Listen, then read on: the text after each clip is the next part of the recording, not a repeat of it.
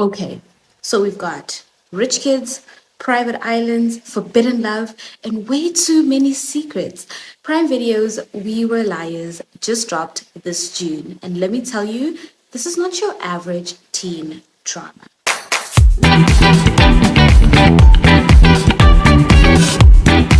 Hi everyone, welcome back.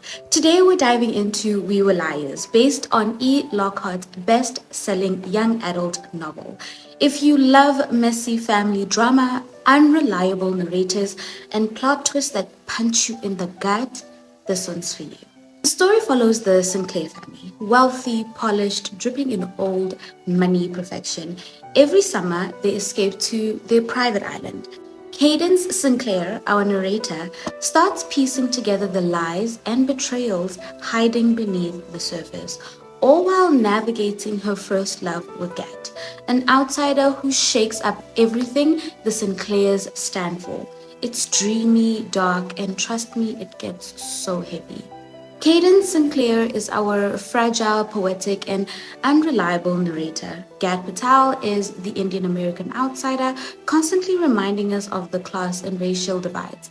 Johnny and Mirren Sinclair are her cousins and part of the Liars group. Then we've got the Sinclair sisters and grandparents who embody the toxic control and obsession with legacy. What makes this show stand out is its unreliable narration. Cad's fractured memories and dreamlike thoughts blur reality and fantasy. Boats, food, masks, even the golden retrievers become symbols of class control and lies. It mirrors the book's poetic fairy tale like style and turns this into a dream that slowly unravels into a nightmare. So, the genre and vibe of the whole show, it's a young adult drama with gothic undertones, romance, mystery, and psychological tension, all mixed in one. Imagine Euphoria meets Big Little Lies, but soaked in old money aesthetics and teenage angst. Fun fact actually about the Sinclair Island, the island scenes were actually filmed in Nova Scotia, Canada, not Massachusetts. The author E. Lockhart consulted on the adaptation, and yes, even the golden retrievers symbolize loyalty, family, and loss. Episode 1, The Last Perfect Summer, and this is where we meet the Sinclairs. Wealthy, privileged, polished to the bone. Cadence and Gat's chemistry becomes the emotional core right away. Family dinners focus on food in a way that screams perfectionism, and the infamous party boat highlights privilege versus rebellion. Cad closes the episode vowing she doesn't want to be a liar, setting the stage for everything to come. Episode 2, Cad's friendships fracture after her mysterious accident. But no one will tell her the truth. Gad, who comes back from a trip to India, speaks about colonization, but the privileged cousins dismiss him. Their grandfather reinforces the Sinclair obsession with control and legacy through subtle, racially charged warnings. Secrets bubble up, the letter subplot, hint of infidelity, and the sense that everyone knew something Cad did not. It's kind of like the perfectionism starts having a lot of cracks. Episode 3, the family refuses to talk about the grandmother's death, reflecting how Sinclair bury grief.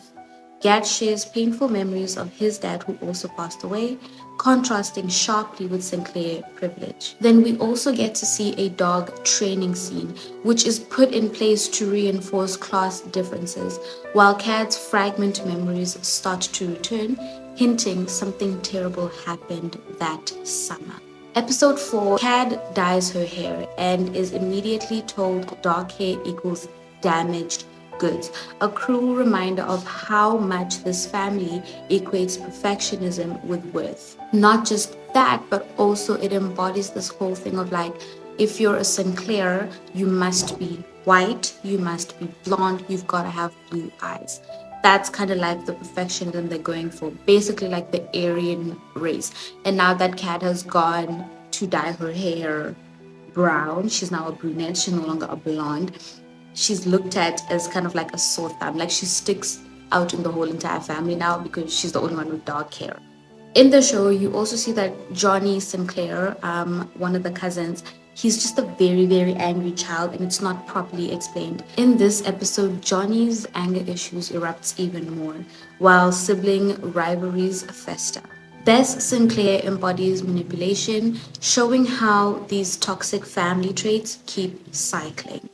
Episode 5, we dive into Johnny's backstory, which explains why he's angry, but doesn't necessarily excuse his violent tendencies. And then in this episode, you also see that the family's racism is laid bare, with Gat at the center, and the cousins feel crushed under the burden of legacy. Still, Cad and Gat's growing romance offers a softer emotional counterpoint. Classic enemies to lover type of tension, in the sense of they belong in different classes, they're not really supposed to be together. It's more of like forbidden love more than enemies to lovers, to be honest with you.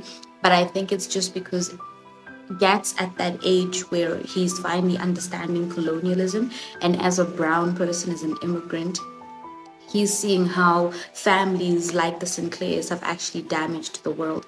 So he's trying to also fight the thing of he knows these white people are weird and they're not great people, but at the same time he's in love with one of the children that belongs to a family whose legacy is kind of built on slavery. So yeah. By the time we get to episode 6, Cad's health spirals as her trauma breaks through. Gad earns a prestigious scholarship but feels torn between ambition and loyalty to Cad. This highlights immigrant pressures, teenage sacrifice, and his outsider status on the island. The date in her head sequence blurs reality even further, showing how unreliable Cad's perspective is becoming. And that's why, even with me explaining what's happening in this episode, it seems all over the place because we're talking about her health is spiraling, but Gad's also just gotten a scholarship. Gad's trying to figure out, like, is he going to take the scholarship or is he going to stay with Cad? Like, it's a whole entire mess. This episode, I will not lie to you, this episode was a little bit confusing to me in the beginning. It only started making sense towards the end of the episode. I was like, oh, wait a minute. This is all a dream. It gets worse. Like, I think from this episode up until the last episode, because I believe this is an 8-episode series. So yeah, and this is like episode 6. So from this episode up until the last episode, everything starts getting like really tangled up together, but it all makes sense at the end. By the time we reach episode 7, this is kind of like the good daughter myth. Bess takes center stage. She's the good daughter, good wife, good mother, but it's all a facade built to win her parents' approval. Meanwhile, the younger generation resist their family's racist, perfectionist beliefs, pushing against the cycle of silence and image. This rebellion builds tension that explodes in the finale. Now, in this episode, I do think with this episode, it's very, very symbolic and it's very important when it comes to privilege. Like, recognizing your privilege is one thing, doing something about the privilege that you have is another thing, right? So in this episode, you can kind of see like the Sinclair, the liars, right? So Johnny, Miriam, and Cadence, Sinclair, like, they kind of understand that, okay, yeah, because we're white and we're rich, we're going to have a better life than Gad is going to have. Like, they could understand that privilege. They can understand that their family isn't fully built on good things. Like, the morals and the things that their family stands for is not exactly good. Like, it's borderline racism. And they could recognize that, and they understood that, and they didn't want to be a part of that anymore. They didn't want to be part of the problem. They want to be part of the solution. Now, the reason why I also feel like this episode was kind of interesting in this aspect is because when it comes to white privilege versus other races, you can have your white privilege, you can speak against it, but you're still going to be privileged. And I think this is something that Gat tried to explain over and over again. It's like, nah, it's cool that you're not racist. Like, it's okay that you're not racist, but you're still going to benefit from it because you are white.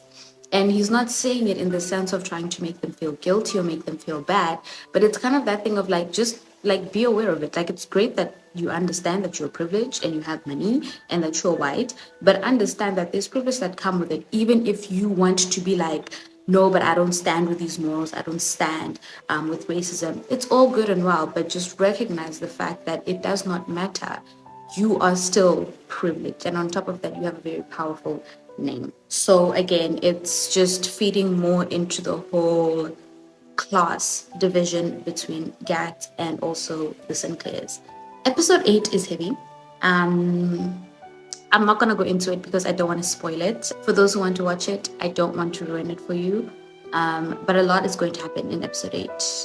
The liars are going to plan something to try and it's like a big fuck you to the grandfather, because the grandfather is the main problem. He's the main racist person in this whole entire thing, and he keeps enforcing these racist ways of thinking and living.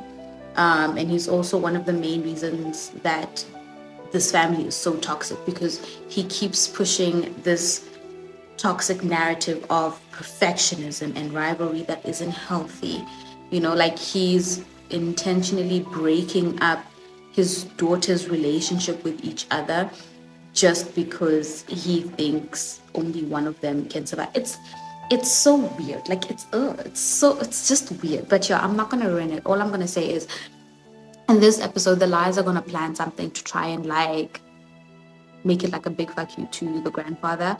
It doesn't go according to plan, and things just end like really horribly wrong. Like they ended really, really horribly wrong.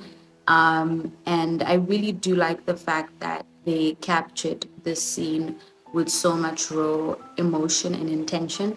Because if you have read this book, then you know by the time you're getting to the last pages of the book, it's very like it weighs heavy on your heart.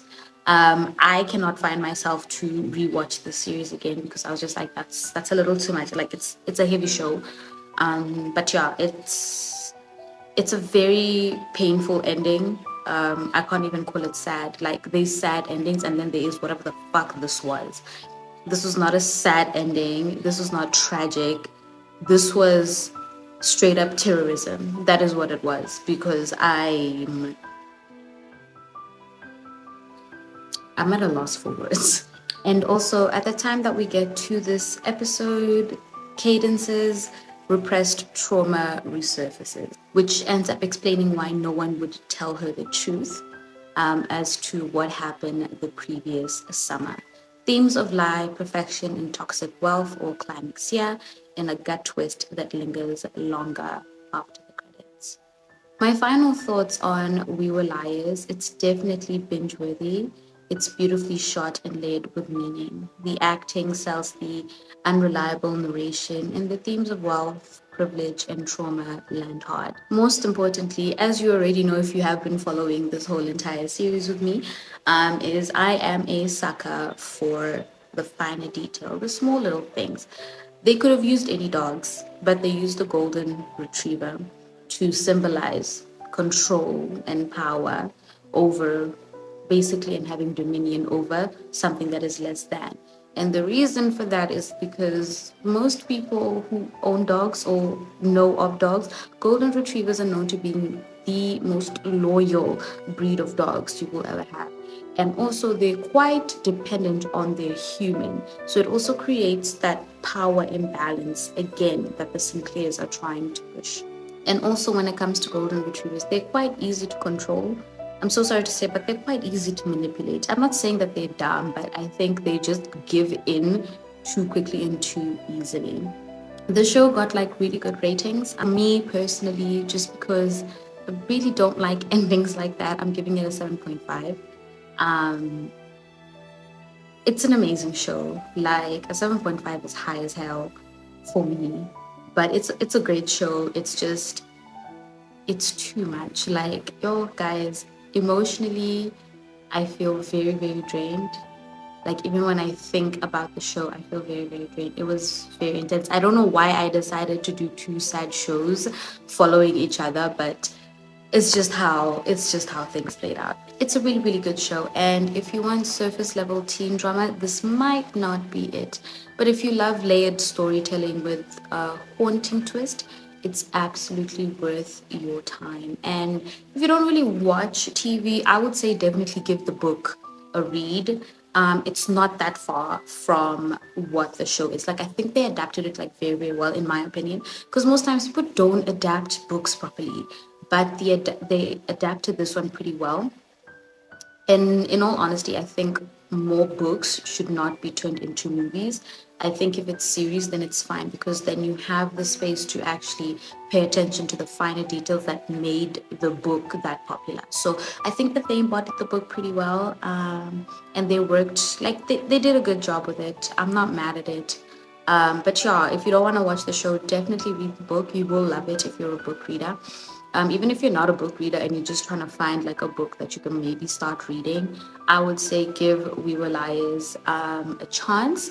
And then also there is would I call it a sequel or a prequel of the book? I don't know if they're going to make a season 2 of We Were Liars, or if they're just gonna leave it. There's certain things in season 1 that leave you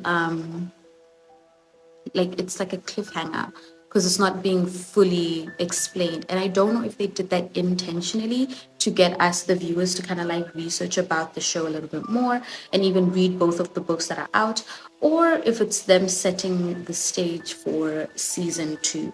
And if they are going to do a season 2, I'm very curious to know exactly how this is going to work, because guys, the way that thing ends, I don't understand. But yeah, guys, that's pretty much it for me in this first season, I guess, of Screen Time Fridays. This is going to be the last video that I'm posting for Screen Time Fridays for now. I just need to take a little bit of time off, because I have a lot of editing to do for season 2 of Wellness Within Wednesdays, Market Mindset Mondays, and of course Screen Time Fridays. For anyone who is going to actually watch or has watched We Were Liars, I would like to hear your point of view, your take. Did you like it? Did you find it as emotionally jarring as I did? Or maybe I'm just a little too sensitive? Drop your thoughts in the comments below, or you can always DM me. Don't forget to hit the like and subscribe button, and make sure to hit on the notification bell for more deep dives. Until next time, don't be a liar, or at least a Sinclair. Bye, everyone.